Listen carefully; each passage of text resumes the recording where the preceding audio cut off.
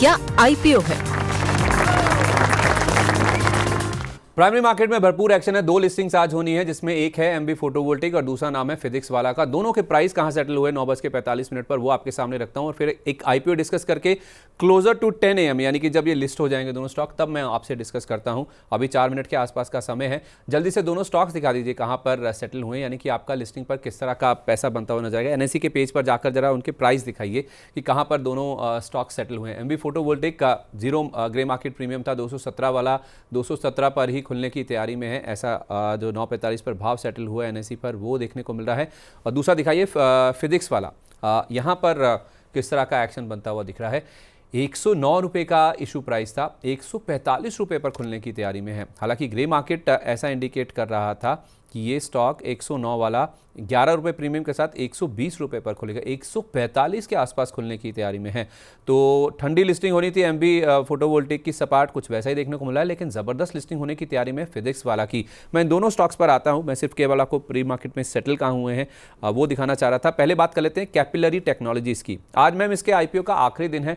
कल शाम तक के जो आंकड़े हैं ना, वो ये बता रहे हैं कि आधा गुना के आसपास ये सब्सक्राइब हुआ है। अब ये आईपीओ इतना खास क्यों है? देखिए 549 से 577 रुपये का इशू प्राइस है, प्राइस बैंड है इसका। 877 करोड़ ये रेस करेंगे। फ्रेश इशू भी है, ओएफएस का पार्ट भी है। एंकर निवेशकों से इन्होंने कुछ 394 करोड़ रुपए की रकम जुटाई है।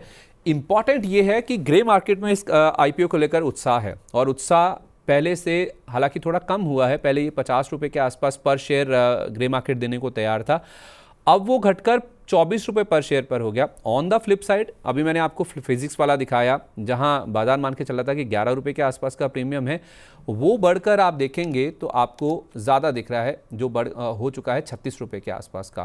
तो ये जो कैपिलरी टेक्नोलॉजीज है, अगर आपने इसको पढ़ा हो, बाजार पहले इस चीज़ को लेकर काफ़ी उत्साहित था, लेकिन जो ग्रे मार्केट में प्रीमियम नीचे आ रहा है, उसको देखकर आप क्या करना चाहिए? इसमें आप पैसा लगाने की सलाह दे रही हैं अपने मेंबर्स को?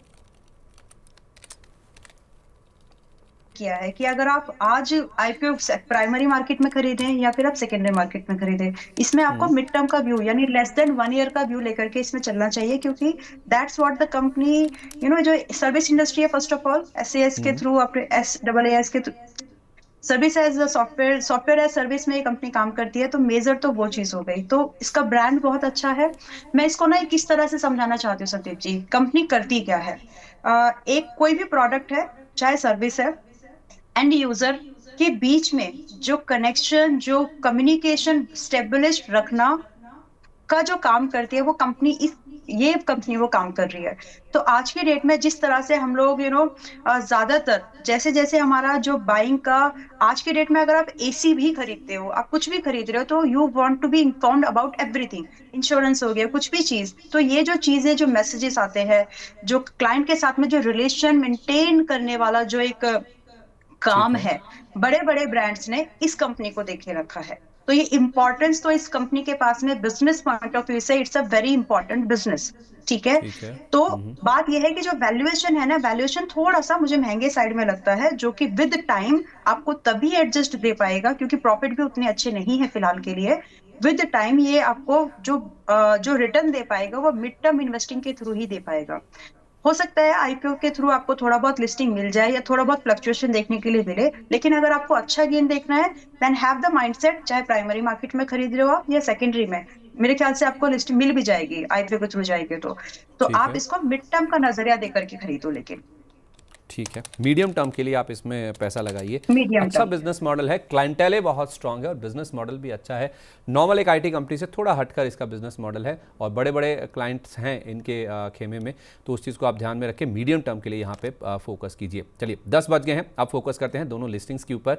पहले जरा फिजिक्स वाला इसको दिखाइए कि 109 रुपये वाला 145 रुपये के भाव पर लिस्ट होने की तैयारी पे है। मैम 109 वाला ना ग्रे मार्केट दिखा रहा था 120 रुपये पर लिस्ट होगा, लेकिन ये खुल गया है 145 रुपये के भाव पर। अब क्या करें? लेकर लिस्टिंग ये निकल जाएं या ये अगला ग्रुप बन सकता है?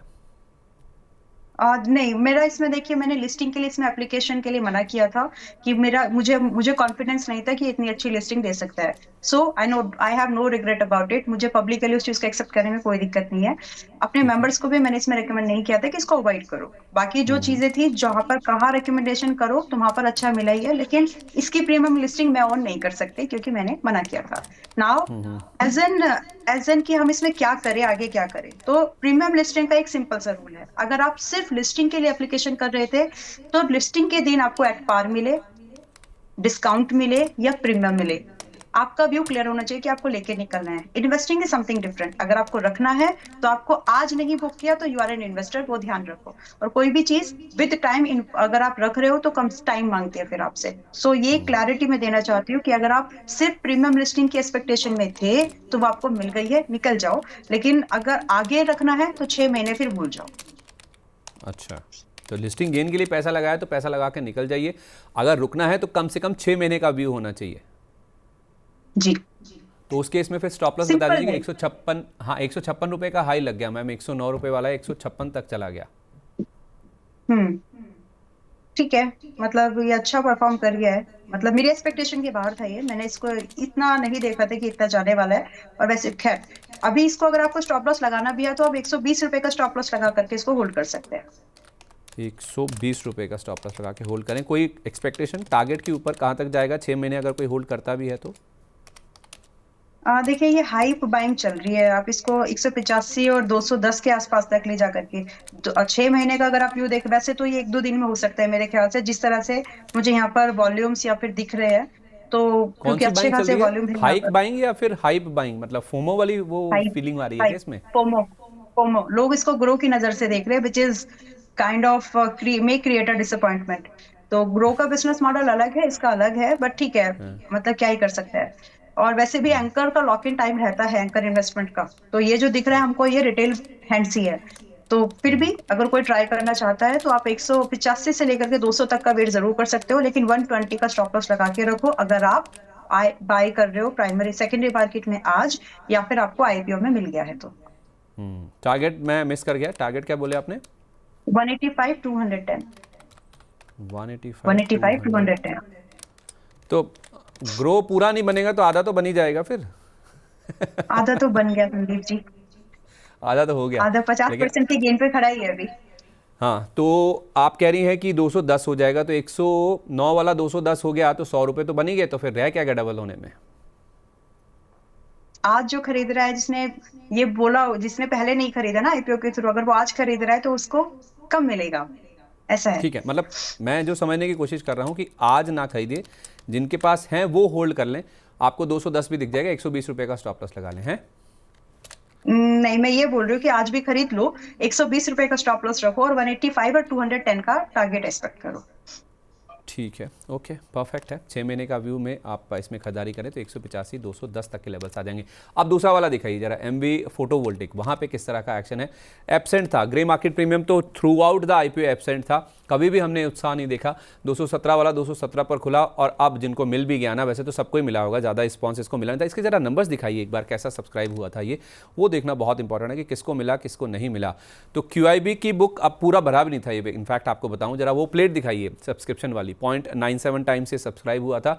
1.26 टाइम्स ये क्यूआईबी का पोर्शन भरा था, जो कि सबसे ज़्यादा था, यानी कि संस्थागत निवेशकों को ही सबसे ज़्यादा समझ आया था। एनआईआई यानी कि जो लिस्टिंग गेन के लिए ज़्यादा पैसा लगाते हैं ना, वो तो ऑलमोस्ट एब्सेंट थे। और रिटेल को भी उत्साह था, सबको मिला होगा, भर भर के मिला होगा, और जिनको मिला है ना वो बेच रहे हैं। तो अब क्या करें, जिनको भी मिला है सब निकलने की कोशिश करेंगे? देखिए, सब मेरे ख्याल से ना बेचने की कोशिश मत करिए, क्योंकि एम्बे is a investing kind of company. मुझे अच्छे से याद है कि हमने इरेडा, अडानी ग्रीन, कुछ स्टॉक्स के कंपैरिजन में आपको एक डिस्कशन दिया था मैंने इसके बारे में, कि हम इसको क्यों इन्वेस्टमेंट कर सकते हैं और क्यों नहीं कर सकते हैं। तो मैंने दूसरे नाम भी दिए थे कि अगर ये नहीं, आपके पास में ऑलरेडी कुछ वेल स्टेब्लिश्ड नेम है जिस पर आप इन्वेस्टमेंट लगा सकते हो, प्रॉक्सी इन्वेस्टमेंट भी कर सकते हो। लेकिन अगर आप इसको आईपीओ के थ्रू खरीद ही रहे हैं, then you got to have a investing mindset. तो मैंने वो क्लैरिटी दी थी वहां पर तभी भी। तो आपको अगर आईपीओ मिला है तो डेफिनेटली, अगर आपने उस स्टेटमेंट को कंसीडर कर लिया है, that means you are an investor. तो अभी डरने की जरूरत नहीं है, आप इसको टाइम दो। ये एक ऐसा बिजनेस है जो कैपेक्स बेस्ड है, जिसमें कि बहुत सारी पॉलिसीज का इम्पैक्ट पड़ता है। टाइम दे दीजिए अगर आप इसको रख रहे हैं तो। और ये आपको मतलब मैं ट्रस्ट मी तो नहीं बोल सकती, बट विद माय ओपिनियन ये कम से कम मतलब आप मान के चलो कि 335 तो अच्छे से आपको दे ही देगा। 335 का भाव, सॉरी 235 रुपए का भाव तो आपको आराम से दे ही देगा। फिर आप इसको ना ट्रेल करके रख दीजिए। ट्रेल करके आपको रखना है 210 पर, and just hold it. Because जो डिस्कशन मैंने पहले किया है वो इसके बिजनेस मॉडल पर कॉन्फिडेंट होकर के किया है, तो वो अभी भी बरकरार है, बिजनेस में दम है। थोड़ा सा इन्वेस्टिंग का माइंडसेट रखो, थोड़ा सा पेशेंस रखिए, 235, होल्ड हाँ करिए। 235 का हाँ, टारगेट आप कह रही हैं और 210 का स्टॉप लॉस। 210 का स्टॉप लॉस। चाहे आप फ्रेश भी खरीदना है, आपको आईपीओ नहीं मिला, वैसे मिल गया होगा सबको जिसने भी अप्लाई किया है, सबको मिला है, क्योंकि सबको वैसे ही मतलब था। आई थिंक कोई एक हाँ, होगा जिसको नहीं मिला होगा, क्योंकि 1.1 टाइम्स यस, रिटेल में भरा, एनआईए को तो सबको मिला ही होगा, 0.3 टाइम्स ही भरा था, क्यूआईबी में 1.2526%, 2 टाइम्स यहाँ पे नंबर्स आए थे, तो ऑलमोस्ट हाँ, सबको ही मिला है।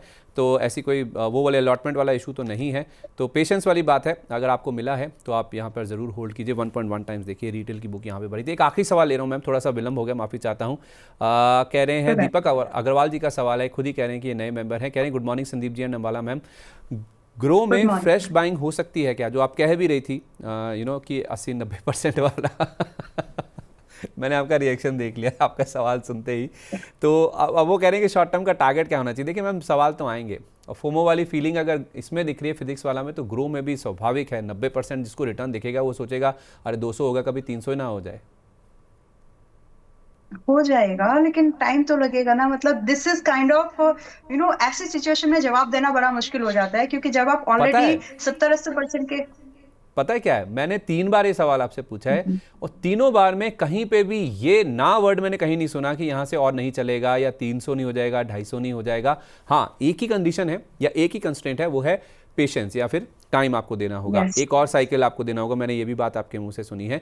तो ग्रो में और गुंजाइश है, मैं 3 बार आपसे पूछ चुका हूँ, और तीनों बार आपका कॉन्फिडेंस मुझे कहीं पे भी शेकअप नहीं होता हुआ देखा कि इसमें पैसा और नहीं बनेगा या अपसाइड नहीं आएगी। बस यहाँ खरीदेंगे तो समय आपको ज़्यादा देना होगा, right? Yes, thanks for explaining on my behalf. That is the only thing. Because अच्छी चीज को अगर आप बिकॉज अच्छी चीज को अच्छे भाव पर भी खरीदना बहुत जरूरी होता है। क्योंकि अभी क्या होगा, अगर आप 182 पर अगर आप आ भी जाओगे ना, तो आप रुक ही नहीं पाएंगे इस पे। अभी देखिए, मैं आपको लगेगा कि आप 135, मैं मान लो, मैं दे नहीं रही हूँ ये, मैं मान लीजिए मैं बोल दूं कि आप 125 के स्टॉप लॉस के साथ रुक जाइए, बट आपको पता है ये 30% डिस्काउंट है आपकी बैंक से, करंट बैंक से। तो वो जी। क्लैरिटी नहीं आती है। जैसे ही अकाउंट में लॉस दिखता है ना, लोग परेशान हो जाते हैं। तो मैं नहीं चाहती कि लोग उस लेवल से परेशान हो।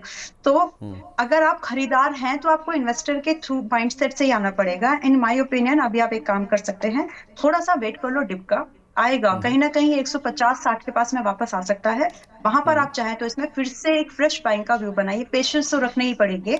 और फिर आप इसमें फर्दर टारगेट्स के लिए वेट करिएगा। लेकिन आज खरीद करके अगले 2 हफ्ते में आप बोलेंगे कि मैडम टारगेट नहीं हिट हुआ, तो वो मुश्किल जाएगी। खरीदो, लेकिन इन्वेस्टमेंट का थोड़ा सा देखिए, पीरियड देना पड़ेगा, उसका थोड़ा टाइम देना पड़ेगा आपको।